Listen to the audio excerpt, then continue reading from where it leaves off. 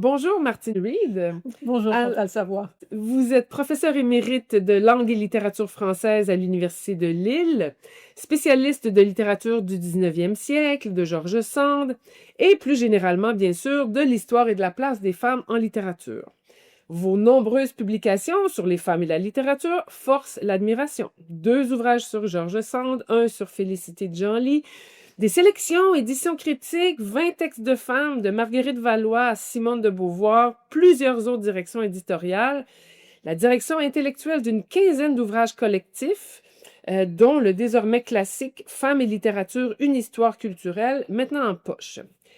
L'impressionnant chemin parcouru à coups de sommes d'érudition vous a amené à ce nouvel ouvrage que vous êtes venu nous présenter à Montréal lors d'une série d'événements qui se sont tenus à la ville et dans différentes universités, ouvrage qui s'intitule Le sexe de la littérature.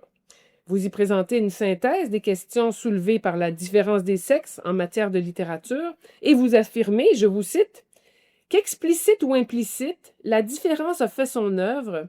En son nom, on a divisé, hiérarchisé, classé et séparé. On a distingué, relégué et oublié, procédant à un coup de force mémoriel qui dure encore. Fin de la citation. La perspective que vous adoptez dans ce livre se déploie en 3 sous-titres révélateurs qui suggèrent à la fois les empêchements et la persistance avec laquelle les femmes ont néanmoins écrit. Quand même, autrement et à part. En quoi les femmes ont-elles écrit quand même, selon vous, Martine Reed? Mais quand même, d'abord parce qu'on l'entend dès le début, les mises en garde sont innombrables quand ce ne sont pas des interdictions pures et simples. Et donc j'étais partie d'une notion, de la psychanalyse, c'est-à-dire, je sais bien, mais quand même, à propos, de comportements où effectivement on connaît la loi, on connaît le discours commun, mais on le fait néanmoins, on le fait quand même. Et donc, j'ai voulu dire qu'il y avait quelque chose au départ d'assez spectaculaire au total. Puisque dans le cas de la littérature française, on a 9 siècles de production littéraire, c'est un temps considérable, c'est un temps aussi où on voit les écrivaines présentes dans toutes les circonstances, ce qui n'est pas le cas pour la plupart des littératures dans le vaste monde, pour ce que j'en connais. Donc on a une singularité, et cette singularité, il me semblait que c'était souhaitable de la présenter sur le mode de malgré tout le discours religieux, discours familial, discours qui varie selon les époques, il n'empêche, elles sont là. Très bien, puis ça évoque un geste d'écriture que vous saisissez en amont, avant même Oui, d'écrire. voilà.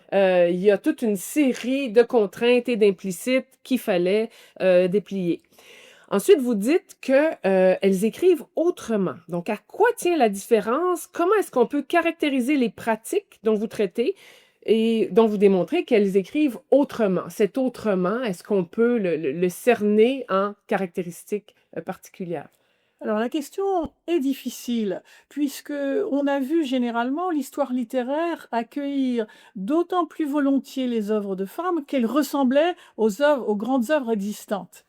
Il est certain que l'injonction a été de dire, bon, si vraiment elles font de la littérature, qu'elles fassent d'abord des romans, idéalement, puisqu'elles ont de l'imagination, et qu'elles écrivent autant que faire se peut, comme nous. La marque de la valeur sera leur capacité, hein, dit toujours la critique, à se détacher de leurs petites histoires personnelles pour arriver à une vision universaliste de la littérature. Cette articulation-là, elle a été faite encore et encore, disant aux femmes, juste, c'est dommage que vous soyez à patauger dans vos petites histoires de femmes, les histoires de maternité, de sentiments, de rapport à la nature, etc. Ça a été vrai en poésie, comme d'ailleurs évidemment dans le domaine du roman. Et donc, plus elles ressemblaient aux œuvres masculines, plus elles avaient des chances d'intégrer le canon. Et donc, force est de constater que non, il faut maintenir l'idée d'une vraie différence, différence qui s'observe à toutes les étapes, et c'est pour ça que j'avais été très soucieuse dans cette petite synthèse de montrer que d'entrée de jeu, c'est différent que ce soit l'apprentissage de l'écriture ou de la lecture, que ce soit les rêves de littérature qu'on peut avoir, hein, s'imaginer en grand homme un jour peut-être, ou en grande femme beaucoup plus difficile. Et à chaque pas donc, on retrouve cette différence. Alors après, les stylisticiens, on dit volontiers, il n'y a pas de différence. En réalité, on regarde là une page écrite par un homme ou par une femme et il n'y a pas de différence. Moi, je fais le plaidoyer qu'il y en a, que cette différence d'ailleurs varie stylistiquement d'une époque à l'autre. Il est certain que quand on a, à partir du 19e siècle, le recours à un neutre masculin ou supposément neutre masculin, c'est le cas pour Germaine de Staël, c'est le cas aussi pour George Sand, à ce moment-là, évidemment, les paramètres changent un peu, parce qu'en même temps, il y a aussi le contenu des textes. Donc l'affaire est compliquée et je ferai, in fine, et pour terminer sur cette question, je dirais qu'il faut reconnaître la différence. Il faut partir en fait de la différence. Il faut partir de la différence, mais vous êtes une historienne de la littérature et cette différence-là, elle est jamais la même au fil des Bien époques. Et ça, c'est une des choses que Mm. j'ai trouvé particulièrement admirable, c'est-à-dire que le fait que vous ne procédiez pas de manière chronologique Mhm. vous permet par ailleurs de montrer toutes les variations. Donc, cette différence-là, c'est pas par essence, mais c'est bien au contact d'un contexte. J'aimerais vous entendre un peu quand même sur l'intertextualité, parce que oui, les stylisticiens ont fait des études, on a étudié bon, le jeu neutre, toutes les questions de narration, mais dans ce qui advient de la littérarité, le choix des modèles et la façon de faire valoir une intertextualité, c'est quand même un enjeu fondamental. Bien sûr, c'est un enjeu fondamental puisqu'on le sait bien, toute littérature est palimpseste. C'est-à-dire qu'on n'écrit pas, c'est vrai pour la peinture aussi, on n'écrit pas en ignorant absolument tout de ce qui a précédé et d'ailleurs aussi de ce qui est en train de se publier à l'époque où on écrit. Et ça, c'est vrai jusqu'à aujourd'hui. Alors, les rapports avec le passé de la littérature varient dans le temps. Aujourd'hui, on est certainement moins soucieux du passé de la littérature, plus soucieux de ce qui se produit et de ce qui se publie au moment où soi-même on décide d'écrire, mais évidemment, la confrontation, par exemple, entre ce qu'on appelle l'Ancien Régime, avant 1789, avant la Révolution française, et ce qui se passe après, est tout à fait suggestive à cet égard, puisque le regard est à la fois bienveillant, mais pour autant que les femmes puissent être comparées entre elles, alors que cette bienveillance disparaît grosso modo au XIXe siècle. Et là aussi, les comparaisons, et je me suis contentée moi de la comparaison XVIIIe, XIXe siècle, mais on peut évidemment l'étendre, elles permettent justement, dans le sens de ce que vous disiez à l'instant, d'établir des chronologies qui ne veulent pas dire d'ailleurs progression continue, parce qu'il y a des moments de rupture, il y a des moments de retour en arrière, et donc au moins d'observer sur un temps long, idéalement, ce qui se passe d'une période à l'autre pour essayer de saisir au moins globalement à ce stade, puisque c'est justement une synthèse, les caractéristiques des positionnements masculins et féminins à toutes les époques. Un troisième élément que j'aimerais aborder, ça engage moins les femmes qui écrivent elles-mêmes, mais plutôt l'accueil fait à leur texte. Vous considérez qu'on les a toujours placées à part. Oui, c'est assez remarquable. Et justement, je reviens au XVIIIe siècle, par exemple. Le XVIIIe siècle il a tendance à les célébrer. C'est une tendance. Il ne faut pas non plus exagérer et imaginer qu'elles sont d'office célébrées. On exagérerait beaucoup, mais tout de même, je vois quelqu'un comme Voltaire, par exemple. Voltaire est très soucieux de célébrer les quelques femmes qui sont autour de lui. Alors, non seulement Émilie du Châtelet, non, et pour des raisons évidentes, mais aussi d'autres qui publient. Et à ce moment-là, ce qu'il fait, c'est qu'il les compare entre elles. Mais jamais il ne dit elles sont aussi bonnes que moi. Évidemment pas. Hein, d'abord, oui, elles sont toutes aucun auteur masculin aussi bon que lui, ça, c'est sa perspective. Mais plus généralement, et Voltaire n'est pas le seul à faire ça, les comparaisons restent entre femmes. C'est-à-dire que comme femme, et voilà déjà une première barrière, évidemment, qui surgit aussitôt dans l'énoncé, comme femmes, elles font très bien. Et donc, on peut les comparer entre elles. Et donc, on peut dire, elles sont la Sappho de la Normandie, pour Anne-Marie Dubocage ou tel ou tel. Mais ça ne quitte pas une sorte d'entre-soi féminin où, à l'intérieur justement d'une vraie différence des sexes, pensée légalement et socialement et historiquement comme telle, puisqu'on sait que c'est le XVIIIe siècle qui établit cette différence, y compris clinique, physiologique, entre les deux sexes. On commence à mesurer un peu mieux comment ça fonctionne. Donc, le XVIIIe siècle va précisément dire, mais effectivement, il y a des femmes qui font, ma foi, des œuvres intéressantes, et bravo pour elles, et les encouragements sont étonnants, mais à l'intérieur d'un petit cercle. Au 19e siècle, ça va plus du tout être pareil. Et à plus long terme, comment est-ce qu'on les place à part? À plus long terme, alors là, on tombe plutôt dans des questions de réception, et ce qu'on voit, c'est qu'au fond, très longtemps, on a eu deux types d'approches, c'est-à-dire une approche qui faisait état et ça, il faut vraiment y insister.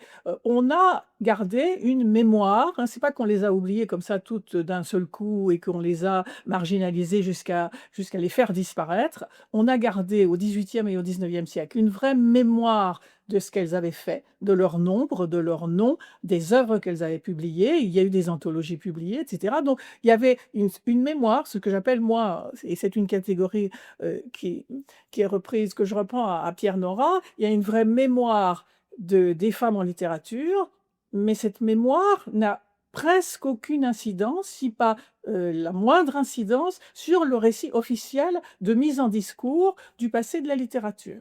Donc, cette mémoire existe, mais bizarrement, et c'est pour ça que j'avais choisi à dessein d'appeler le chapitre qui pense un peu ces choses à part, parce que, en réalité, elles sont là, mais à part. Et donc sans incidence, en réalité, sur le récit officiel de la littérature, ou presque. Et au terme de tout ça, est-ce que vous considérez toujours qu'on a oublié les femmes? Le mot oubli, est-ce que vous l'assumez ou vous trouvez que on a utilisé peut-être de manière simpliste ce terme-là? Est-ce que c'est ça la question de l'oubli des femmes? Puisque je trouve qu'une des choses qu'on voit bien dans votre ouvrage, c'est dans quelle mesure l'oubli, c'est plusieurs choses différentes. C'est pas un geste, mais c'est une succession de gestes. Donc, est-ce que vous êtes en paix avec ce mot? Est-ce qu'on a oublié les femmes? Oui, je dirais que ce qui est intéressant, c'est de faire de nouveau, et ma position est toujours soucieuse d'historiciser les processus et les procédés. En réalité, cet oubli, il a son histoire aussi, hein. Je parlais de mémoire tout à l'heure. Pour le XVIIIe et le XIXe siècle, sans doute jusqu'après la Première Guerre mondiale, on a d'un côté cette mémoire active et de l'autre ces récits qui se mettent en place, et les choses ont été bien documentées, sur l'histoire de la littérature.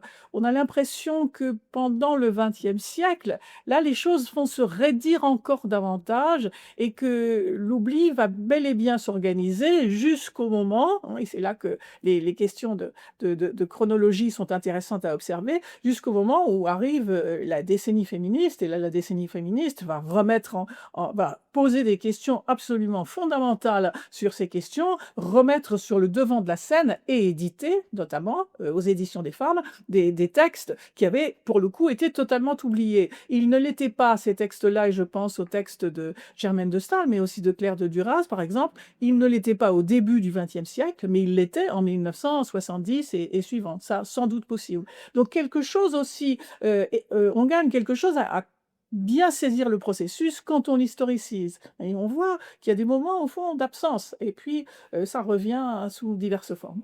Mais je trouve que l'histoire littéraire est un ingrédient essentiel de votre ouvrage, si on peut dire, puisque vous démontrez vraiment avec brio que l'histoire littéraire, c'est pas prendre les choses dans leur succession de manière linéaire, mais ça oblige à problématiser. Et ça, c'est un pari que vous avez fait. C'est-à-dire que c'est une synthèse de la façon dont les femmes ont eu un rapport très diversifié à la littérature au fil du temps, mais c'est une synthèse des questions et des enjeux que ça soulève. Donc ça, vous avez tenu à ce pari-là, puis c'est une histoire littéraire qui problématise. Oui, alors ça avait été, accepté par, l'éditrice qui a validé la publication de ce livre parce que j'avais dit: «Je pense que, moi je tiens beaucoup à ne pas donner l'impression d'un savoir cohérent et parfaitement maîtrisé. Il y a beaucoup de choses que je ne sais pas, que nous, collectivement, ne savons pas, qui avons travaillé pourtant, sur un temps assez considérable, sur les questions de femmes en littérature et donc je voudrais pouvoir, à chaque étape, dire: "Mais voilà, regardez, est-ce qu'on peut dire que" je vais prendre un exemple, que j'évoquais il y a quelques minutes. Est-ce qu'on peut dire que Germaine de Staël est la première à parler au masculin? Est-ce que ça a un sens quelconque? Comment est-ce qu'historiquement on définit ça? Est-ce que d'autres avant elle l'ont fait? Moi, j'ai l'impression que non, mais les recherches là-dessus, n'existent pas. Donc j'émets des hypothèses, je pose des questions et évidemment et j'espère en tout cas, ce serait un souhait, que le livre va inviter à se dire: «Il y a encore 1000 choses à découvrir, 1000 textes à lire, parce qu'au fond, on est très en retard toujours sur les lectures, hein, autant Oui. tout ce qui est même auteur mineur majeur au masculin nous est familier quand on enseigne la littérature, autant pour les femmes, c'est beaucoup plus difficile et il y a effectivement un continent à redécouvrir. Oui, vous avez très bien semé, au fil du texte, des indices de ce qu'il restait à faire, ce qui est Tout à très fait. commode. Si les gens se cherchent des sujets de mémoire, de thèse, bien sûr, vous invitez à des lectures qui sont consistantes parce que à avoir échangé avec vous, j'ai vu à quel point votre perspective est installée sur un socle de lecture et de connaissances impressionnants, mais c'est de là que ça devient intéressant de pointer ce qui n'a pas été Oui, fait. oui. Donc, on sera plusieurs à vous en être reconnaissante. Euh, Petite question peut-être sur le 19e, puisque ça reste votre spécialisation Mmh. première. Et j'ai trouvé au fil des pages que c'était un siècle qu'on découvrait différemment, qui était assez dur à l'endroit des femmes. Et ça, c'est une des surprises. Bien sûr, vous l'avez évoqué, c'est pas un flot continu, on ne progresse pas d'une époque à l'autre. C'est pas une histoire qui va aboutir dans tout à coup la parité, l'égalité, l'absence de différence. Mais le 19e est un siècle particulièrement violent pour les femmes. C'est vraiment... Oui, oui, tout à fait. Et c'est évidemment, c'est pour avoir, pas mal essayé de penser la position de George Sand. Mm. Pourquoi elle a pris ce pseudonyme masculin? Qu'est-ce qu'elle dit sur ces questions? Comment est-ce qu'elle traite dans ses romans de ce rapport masculin-féminin, ces vues égalitaires? Comment est-ce qu'elle les met en place? Quels sont les plaidoyers qui sont faits? Ce qui m'a frappé, c'est bien sûr, on le sait un peu, mais il faut donner des exemples pour s'en convaincre tout à fait, que, en particulier dans la deuxième moitié du siècle, on a ce qu'on pourrait appeler, avec les fameuses déclarations réalistes et naturalistes, l'installation d'une étonnante culture viriliste ou masculiniste de la part des écrivains de cette génération. Alors, les historiens de la masculinité ont montré que à partir de la Révolution, il y a toutes sortes de choses et que le sans-culotte, le modèle du sans-culotte reste dans les esprits comme voilà la forme valorisée du masculin, mais j'ai quand même été très étonnée de découvrir par exemple, et je tiens à cet exemple, que Zola, dans Peau Bouille, prend la peine d'imaginer qu'une jeune femme un peu écervelée et d'ailleurs pas bien, non, pas bien maligne, en effet, lit un roman de George Sand, André, et que, alors qu'elle lit ce roman qui doit être, selon Zola, un roman à l'eau de rose qui lui fait un peu perdre le sens de la réalité, elle est violée sur le roman, sur la table sur laquelle repose le roman. Hein. Ça, c'est une scène de Peau Bouille. Je ne l'ai jamais vue commentée. J'avais lu Peau Bouille d'ailleurs, comme tout le monde, encore et jamais j'avais vu cette scène effarante, puisque Zola se venge à la fois du féminin, vous allez dire, c'est son personnage, etc., sans doute. Enfin, c'est lui qui a imaginé cette affaire, donc son personnage, et il se venge de George Sand. Évidemment, il lui a mis dans les mains un roman de George Sand. C'est vraiment un exemple très éloquent et d'ailleurs, le livre en regorge. Dernier mot sur l'histoire culturelle, parce que justement, le fait que vous reveniez à un exemple de cette espèce de règlement de compte que Zola fait, ça nous ramène à cette perspective que vous avez adoptée où vous tentez de tenir compte de tout, de ce qui est en amont, de ce qui est dans les pratiques, des questions de réception, mais aussi des représentations. Donc ça, pour vous, ça forme un tout pour parler des femmes et de la littérature. Oui, c'était une injonction et effectivement, on peut conclure là-dessus. C'était une injonction de l'éditeur avec lequel j'ai travaillé pour Femmes et littérature, une histoire culturelle. Il avait dit très justement, on ne va pas isoler, on ne va pas faire que de l'histoire littéraire parce qu'on va retrouver les catégories bien connues, etc. Mais on va ouvrir le propos et je pense que c'est tout à fait justifié. On va faire de la sociologie de la littérature, on va évidemment faire de l'histoire du livre et de l'édition, l'histoire des relations sociales à une époque donnée, etc. Et l'ouverture et l'histoire culturelle permet, somme toute, d'affiner un peu des analyses qui autrement auraient été assez limitées. Merci infiniment, Martine Reed. Ça a été un immense plaisir et de vous lire et de faire votre connaissance. Bonne fin de journée.